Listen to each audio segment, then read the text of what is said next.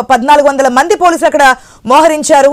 కానీ చిన్న చితగా ఘటనలు జరుగుతున్నాయి. అటు టీడీపీ నాయకులు ఇటు వైసీపీ నాయకులు కూడా హౌస్ అరెస్టులు చేస్తున్నారు. అవినాష్ రెడ్డిని ఉదయం 5 గంటలకే కర్నూలు కూడా కడప కూడా తీసుకెళ్లినటువంటి సిచ్యువేషన్ కనిపిస్తుంది అరెస్ట్ చేసి.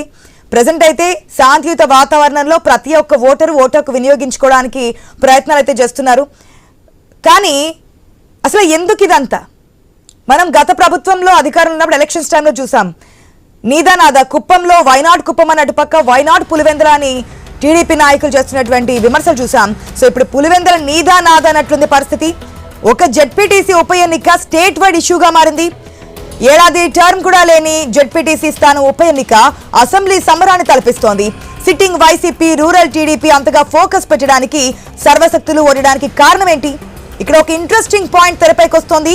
టీడీపీ అధినేత చంద్రబాబు నాయుడు ప్రాతినిధ్యం వహిస్తున్న కుప్పంను తాను సీఎంగా ఉన్నప్పుడు టార్గెట్ చేశారు జగన్మోహన్ రెడ్డి. లోకల్ బాడీ ఎన్నికల్లో నాడు సత్తా చాటారనే చెప్పాలి. ఇప్పుడు అధికారం టీడీపీ చేతిలో ఉంది.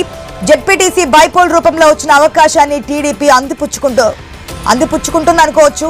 అసెంబ్లీ ఎన్నికల్లో జగన్ కు మెజార్టీ తగ్గిన నేపథ్యంలో వైఎస్ కుటుంబానికి కంచుకోటగా అంటున్నటువంటి పులివెందులలో పసుపు జెండా ఎగరవేసేందుకు రైట్ టైం గా టీడీపీ భావించిందా? ఒంటిమిట్టలో కూడా జెడ్పీటీసీ ఉప ఎన్నిక జరుగుతున్నా పులివెందుల వైపే అందరి ఫోకస్ కు కారణం ఇదేనా? కొడితే ఏనుగు కుంభస్థలాన్ని కొట్టాలంటారు. ఈ విధంగా పార్టీ అధినేతల నియోజకవర్గాలను టార్గెట్ చేసి ప్రత్యర్థిని డిఫెన్స్ లో పడేయడమే అంతిమ లక్ష్యమా? మరి అధికార పార్టీకి కలిసి వస్తున్న అంశాలేంటి?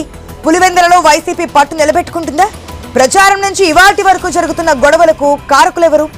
ప్రజలకు ఏం మెసేజ్ ఇస్తున్నట్లు?